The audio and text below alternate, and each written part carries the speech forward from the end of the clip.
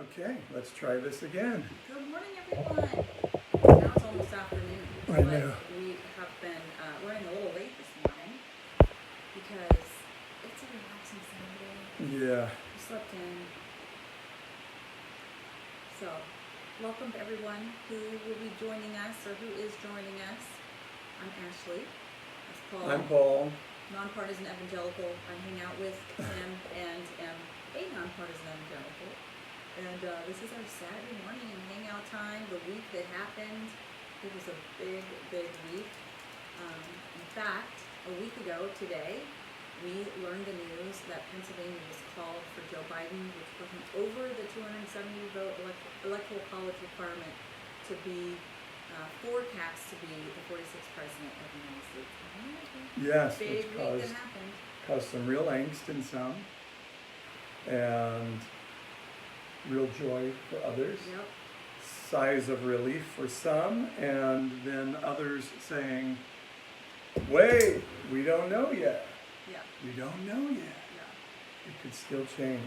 The media doesn't call elections. We've heard that quite a lot.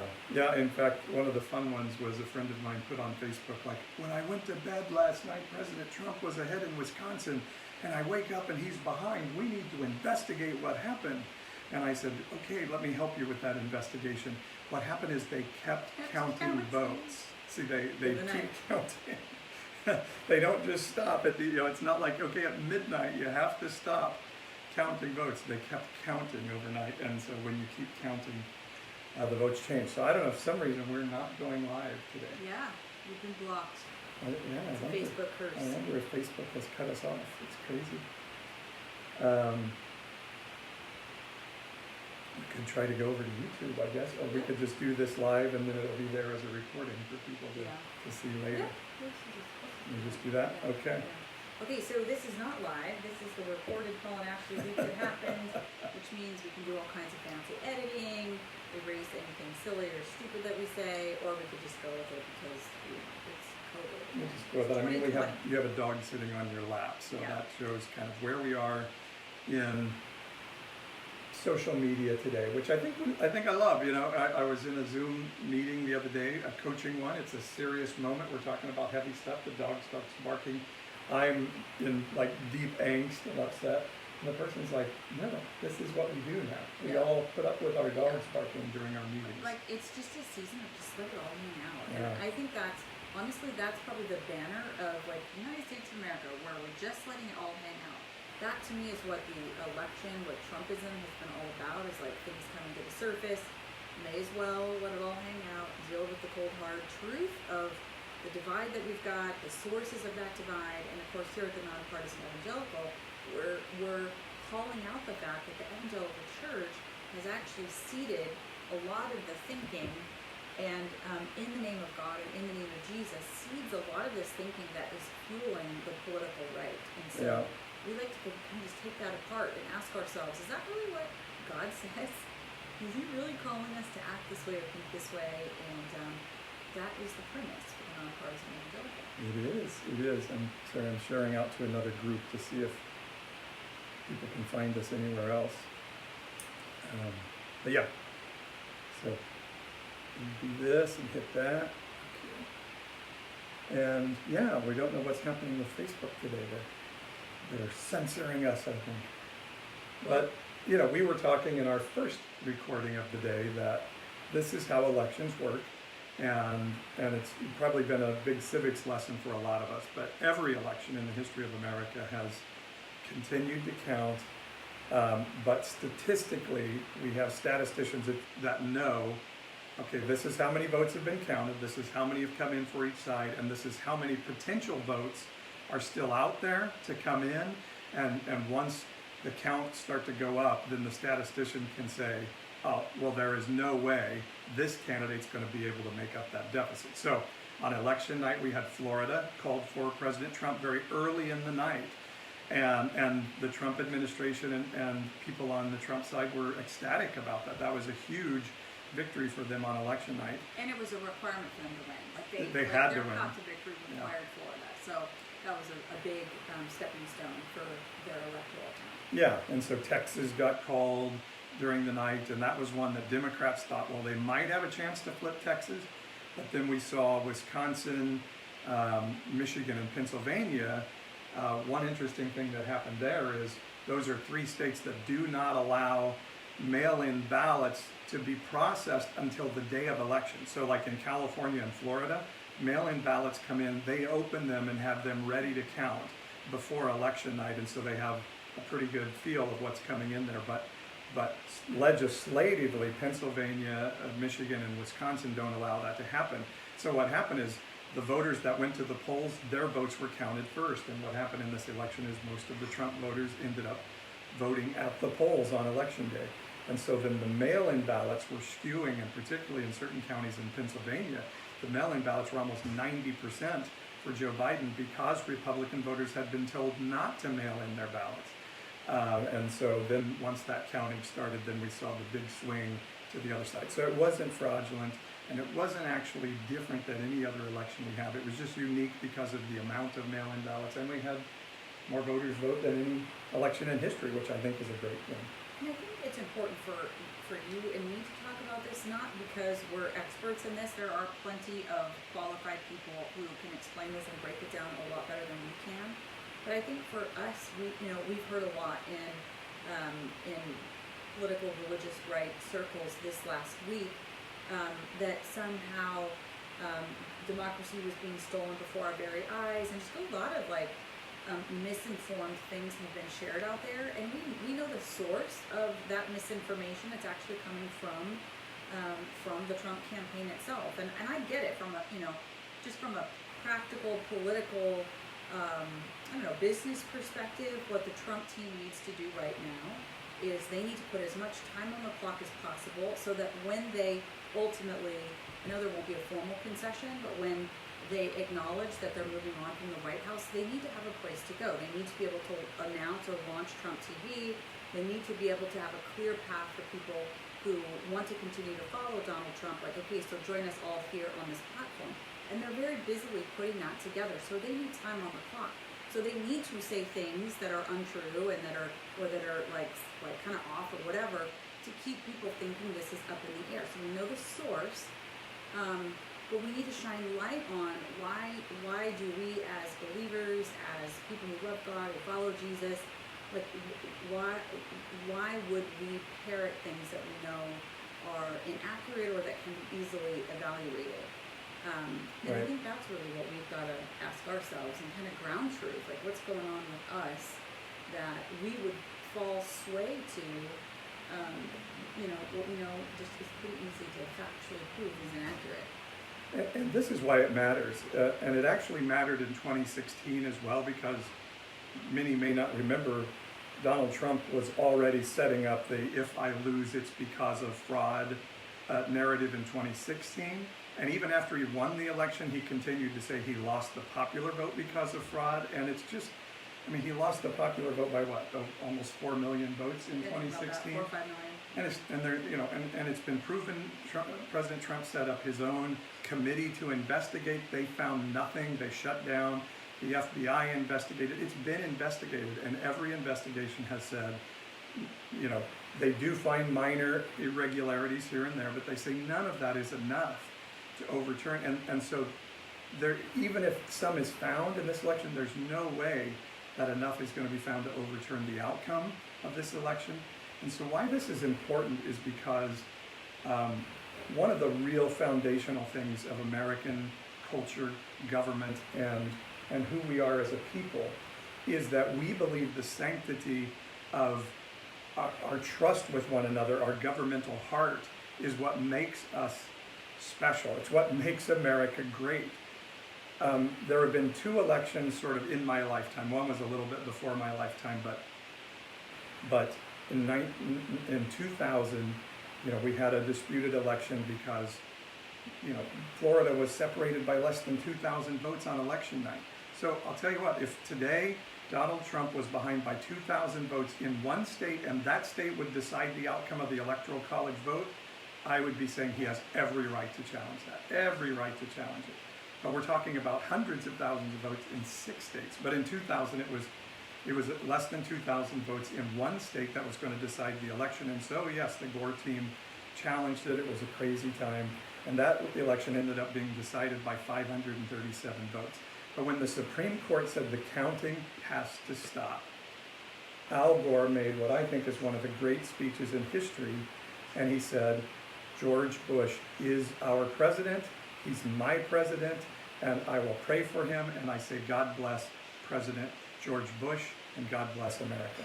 1960, Richard Nixon was convinced that some irregularities in voting in Chicago cost him the election. He lost by about 1,000 votes in Illinois. And he had people around him, the story goes, that wanted him to sue to have the election, whatever. And Richard Nixon said, no, the process is too important. And it's more important than me.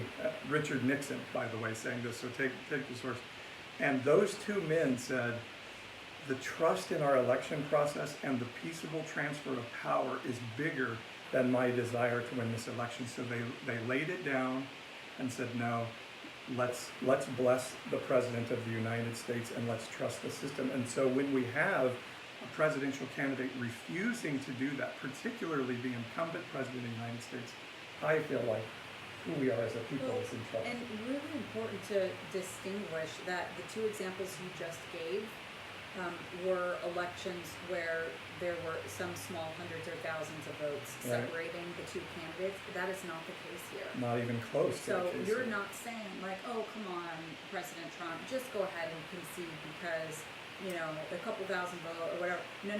It's a lot of votes in these 6 states. So Well, in 2016, sorry to interrupt, but there was a recount happening in Wisconsin when Hillary Clinton called Donald Trump the next day after the election and conceded. There was a recount happening at that time, but her people had told her it's not going to be enough. You're not going to win.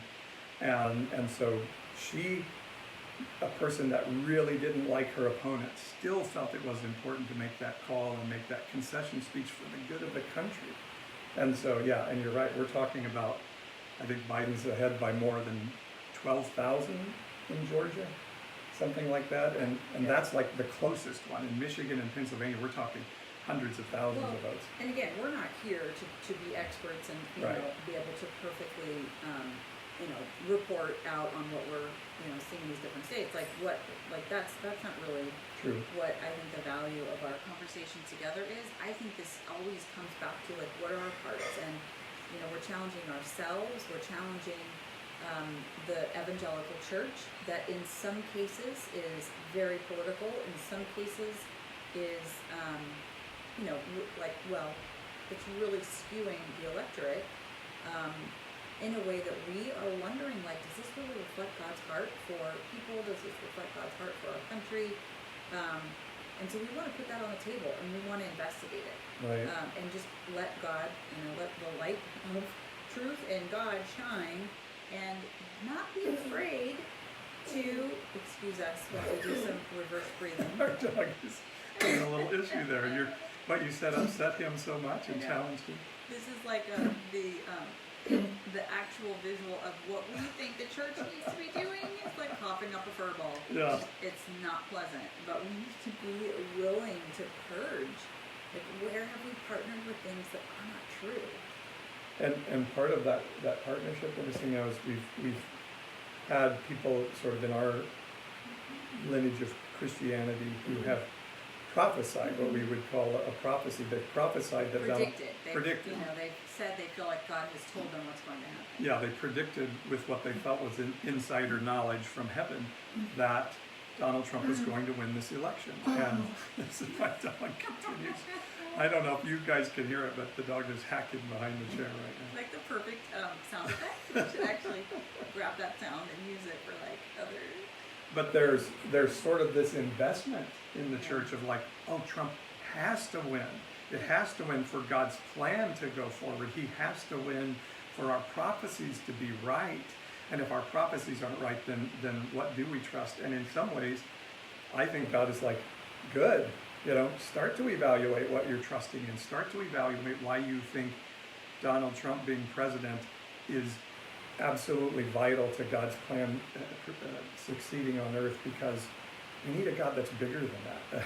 I think we need to step back and reevaluate how much our trust and hope is in this political, these political pursuits of ours, and why we're so invested in Donald Trump having the victory. Yeah. So, and again, honestly, this is ultimately, I think, I have very personal feelings about Trump as president, but at the end of the day, it doesn't matter who this would be. Any candidate doing what is happening today, we would be talking about, because we feel this is absolutely destructive to the bottom line of who we are. And So yeah. I know a lot of people in the church world would really challenge you on that. They'd be like, well, you say you're nonpartisan, but all we hear from you is criticism of Donald Trump. And so if all you're doing is criticizing Donald Trump, we can't trust what you're saying, because it seems like you're not being balanced and criticizing both sides. Can you say again, yet again, how is it that you've wrestled with that? And just talk about the commitment that you have to, this really isn't about one person or one party, but it is about kingdom principles. It is about honesty, transparency, like values that we think are from heaven, not just man-made, that really guide us from, like as Christians and believers, this is why you're saying this kind of stuff. Trust me, if I see the Christian church investing in the Democratic Party in the future and saying you're not a Christian if you don't vote Democrat, I will be very critical of the Democrats and the left wing. I'll be very critical of that spirit. What I'm trying to say is, for one, I do think Donald Trump is a uniquely poor candidate for president. So that's a personal thing. But the truth is, what I'm speaking against is a spirit that has caused the church to partner with a political party, any political party, for its purpose of trying to carry out our mission on earth as God's representatives. And I believe when that mission becomes partnered with a political ideology or a party, we see what happened with the Pharisees and the Sadducees, that your morals and ethics start to get put aside because now you're in pursuit of political power. And in fact, through all of history, we've seen when the church has partnered with political power in the Roman Empire, in Nazi Germany, in all these other kinds of places, in the days of Jeremiah in the Bible, when the church starts to say we want to have political power, the gospel gets subverted. And then what we see is people start to defend that spirit. What we're seeing is people have to be invested in Donald Trump's victory rather than what is God doing at this moment. What's happening in the kingdom. And so it's not about me being for one side or the other. I've been a Republican all my life.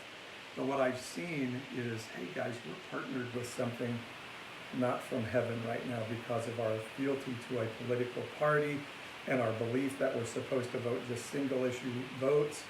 And so I think we're missing some things. And Jesus said, beware the leaven of the Pharisees, which I believe this is. And if you do that, then you're going to run into hypocrisy. You're going to lose your ability to have eyes to see and ears to hear.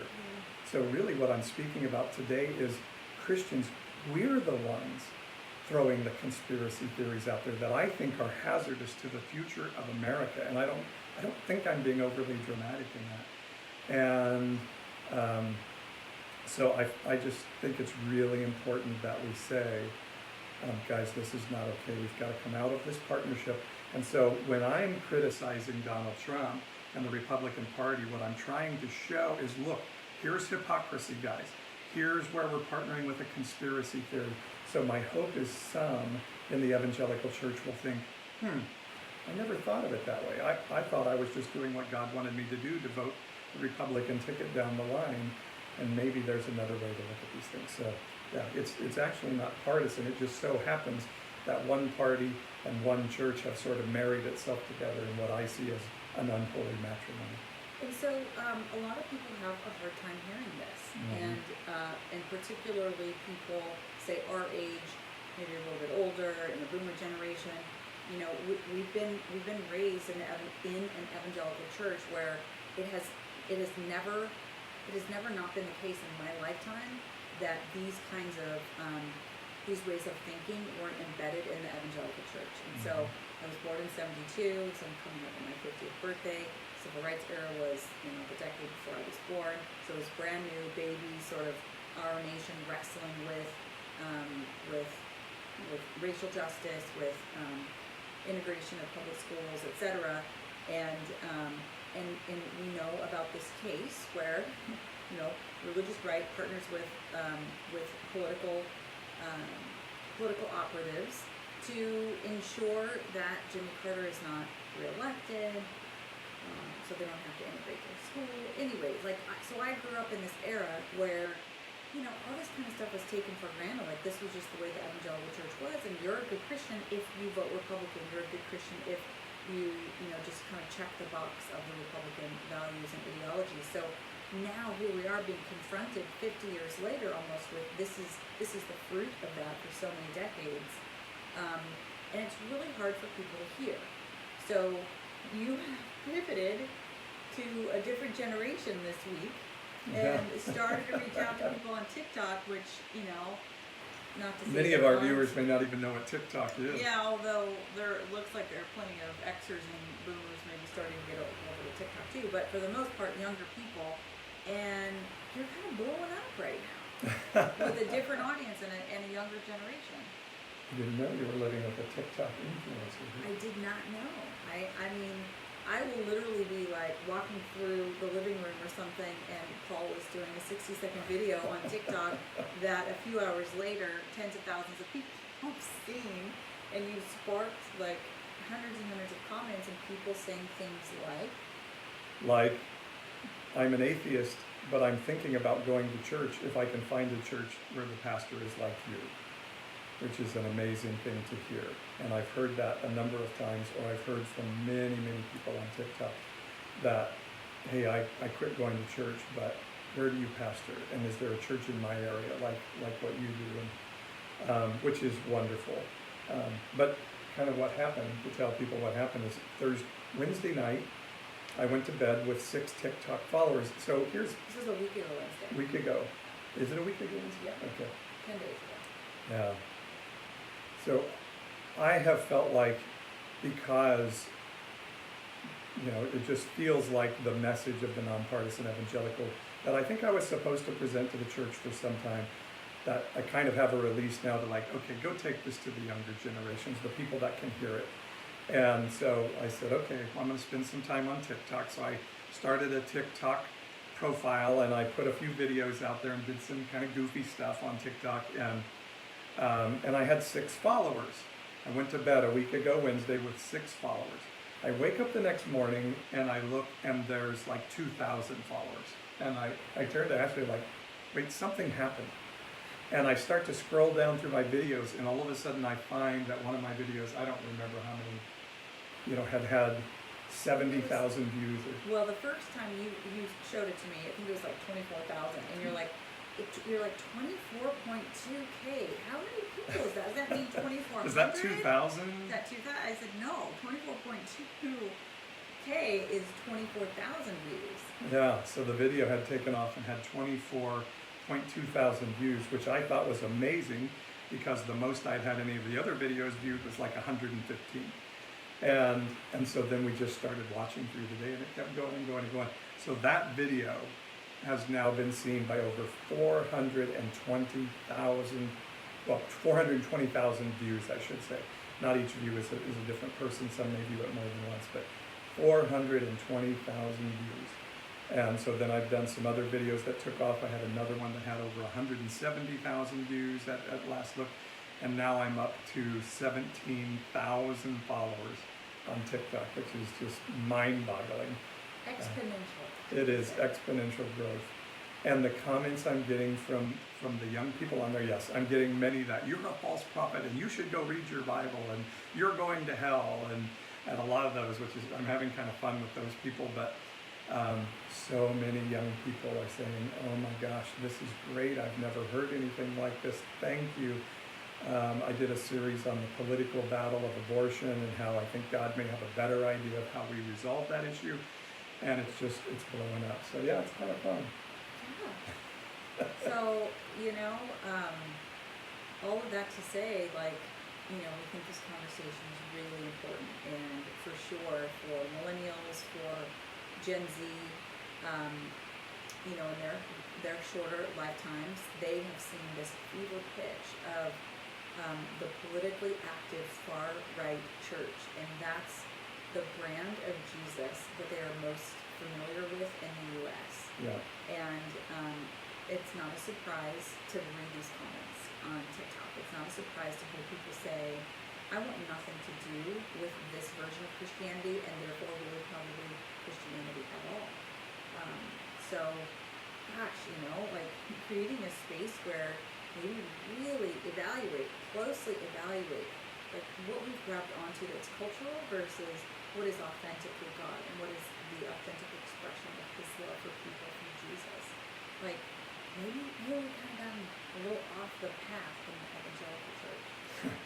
Just a bit. Just a bit. And I had a friend this week just was very, very angry with me, and she was saying, no, that's not why young people are leaving the church, and was even disputing because of these worship events whether young people are leaving the church at all. But Barna Research, which does research for Christian circles, the data is like the election. The data is unarguable.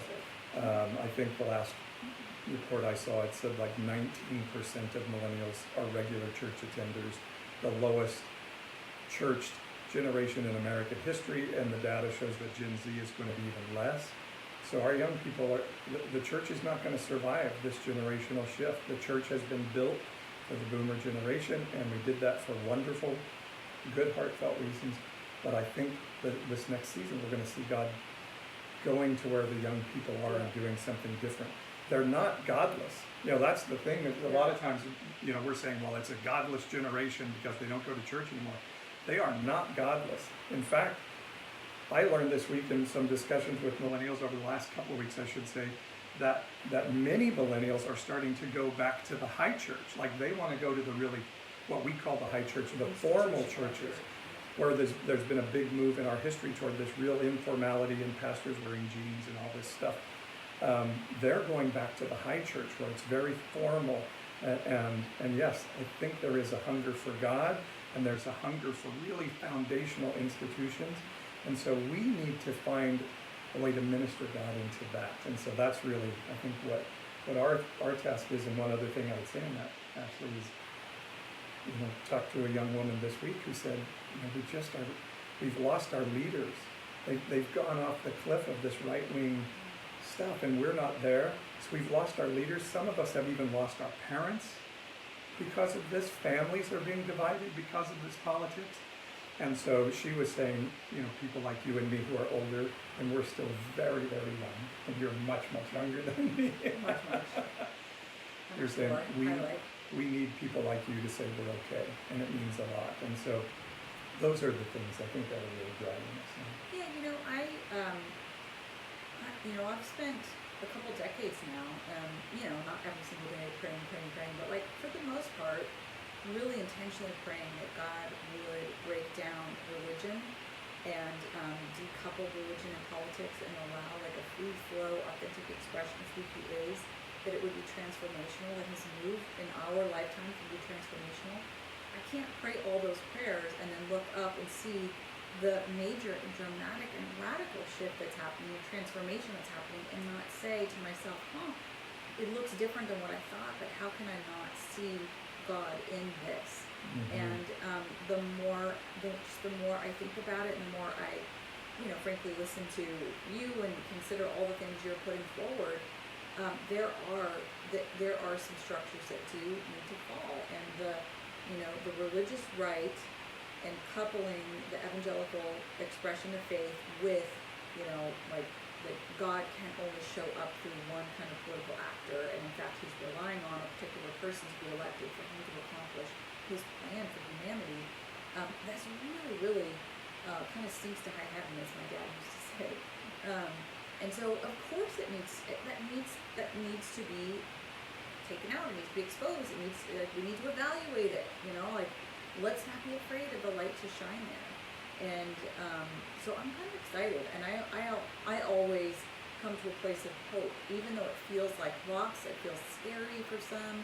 I really see the hope in this. Like, let's imagine what God is doing in the next generation, Let's not impose on them our projection that, oh, you know, they're godless, and you know, if they don't do things exactly the way we do, then it can't be of God. Like, really? I don't know, because I kind of think that God is not, doesn't really care too much about what I think about how he should be doing stuff. Like, he's just going to do what he knows to be effective in the hearts of mankind. And it looks to me like we're living through a generational, transformational shift. And I think on the other side of it, as we put our hearts and minds set on him, I think we're going to see really amazing stuff in our life. And as Xers, which we both are, like, we bridge these two generations. And I think it's up to us to hold on to the message of hope. God is not mad at you. He does not rely on man's institutions or structures to move. He can carry out his plan however he wants to. And if it looks like, you know, political affiliations being blown up, so be it. Like, let's go with it and see where he's headed.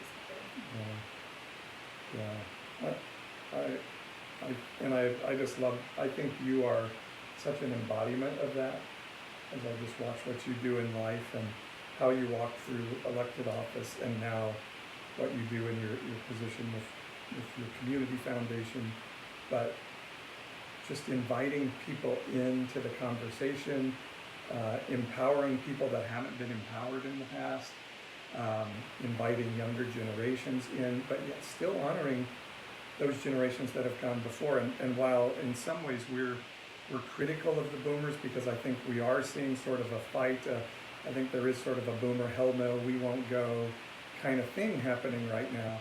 I mean, think about, this is the generation, I think the boomer generation changed America in a way that it needed to be changed. And it's part of, when I hear Make America Great Again, I'm like, are you talking about the 50s? Why would you want to go back to the 50s? And I think the boomer generation of the 60s blew the lid off of a veneer of a good Christian America and exposed a really nasty heart in our government and in our households.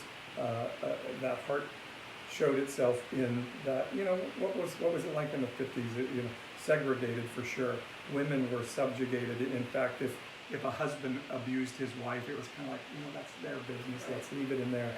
And then governmentally, we had leaders fighting a war, killing people, having our young poor men killed for a war they knew was wrong, that they knew we couldn't win, you know. And so this is what you did, boomers. You blew the lid off this thing and changed America forever, and I think changed it for the better, but it also made it messy.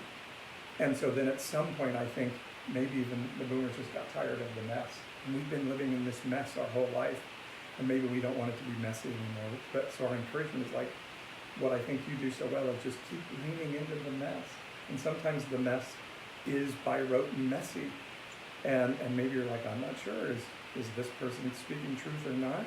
But let's let them continue to share their story, and let's see what happens as we all begin to hear that story and how we walk that out together. So anyway, I think we do that really well. So that is our 2020 post-election download, which probably sounds a lot like what we were talking about the week before the election, the week before that, the week before that. You know, I think we just have wanted to express this and the way we're seeing this time that we're in, and you know, and probably ultimately just would want to say, like, it's okay, church, it's okay, religious right church. We've got to let go of a bunch of junk in order to let all the things we've said we've known our whole lifetimes, like, God is doing it, you know. And just because it doesn't look like what you think it's supposed to look like, just because it maybe comes in a package that's in a different political party or a younger body or a different colored skin or whatever, like, God is on the move, and it is, I believe it is for the better. So, yeah, so that's, you know, maybe we could just put a period right there and say, 2020, you did not disappoint. If you were looking for disruption and transformation and shift, 2020 did not. Should we tell some of the strategic stuff around this real quick as we come to that? Okay. Just, I think if you watch, you're going to see me doing a lot more things on YouTube and on TikTok, because I am trying to speak to that younger generation. So What I would love is for you to go find my YouTube channel. It's the Nonpartisan Evangelical. Just go to YouTube, search the Nonpartisan Evangelical. If you're not familiar with YouTube, then you can watch one of my videos and there will be this subscribe button underneath there. And if you hit that subscribe, for one, that registers with YouTube like, hey, this guy's picking up subscribers. And in fact, through using TikTok, I've gone to, I think, 217 YouTube subscribers. And so YouTube sent me an email and said, good job, way to go, you're growing, keep growing. And get to 1,000. Get to 1,000 and you can join this monetary fund and start to make some money. So hit that subscribe, because that'll do two things. It tells YouTube that I'm adding subscribers and there's activity, and then it will give you alerts when new things come up on there. So I'll be doing a lot of stuff on YouTube and TikTok to go after that generation. And a really exciting thing that happened through TikTok is Wednesday night, I get to speak to this amazing church, St. Mark's UMC of Wichita, Kansas, in their what they're calling Ignite, their Wednesday night Ignite discussions. And so I get to speak to a really influential African American church in the Midwest, and so that is exciting. I'm fired up about that. We are excited, and honestly, COVID, Zoom, that we would not have even thought of making that connection before all of this. Yeah. And now you get to show up from your home office and connect with all these beautiful people. Yeah, so you can even go to their Facebook page. It's UMC St. Mark's, or St. Mark's UMC. I'm sorry if I have that wrong. I think it's actually linked on my Facebook page, and you can go to their Facebook page and see it Wednesday night, so that'll be cool. Yeah, so folks can listen in, right? Yeah. Yeah. They can see it themselves. So is there anything else we're supposed to say? I think just npepodcast.com, go to the website, check it out. And if you're interested in a really good read and a fictional tale of what happens when religious politics start to interfere at the local level and its impact on a local community, you can get Paul's book. It's Joseph Comes to Town. It's been loosely based on things we've experienced here in our hometown of Fresno, California. But you'll have to read and decide for yourself. So you can also learn more about that on Paul's website. And you know what? If you like this content and you're like, hey, those folks are out there, they're putting it on the line, they're taking the criticism, the hits, they're willing to lose friends and family over bringing forward what they think is a truthful, honest, and loving message from God during this season, maybe you want to support us. You can go to npepodcast.com and click on the upper right-hand button to sign up on Patreon. We're looking for folks to help us out. $5.99 a month, that's $5.99. And the dollars we raise there go to things like, I don't know, buying a new camera, or maybe paying to make sure that our technology works, or whatever. It helps us continue to do these kinds of videos and just hang out more with all of you. So check it out. Awesome.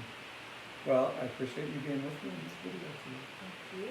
And we've had a good support here. Pudgy, the pound puppy, is now snoring. So we've had... And showing his butt to the so he's sitting in the chair backwards. We've had hacking furball Pudgy. We've had sleep apnea Pudgy making panhandle on this week's video. He adds a lot to what we do in our lives, for sure. All right, is that it? I think that's it. Okay, see you everybody. Have a great week.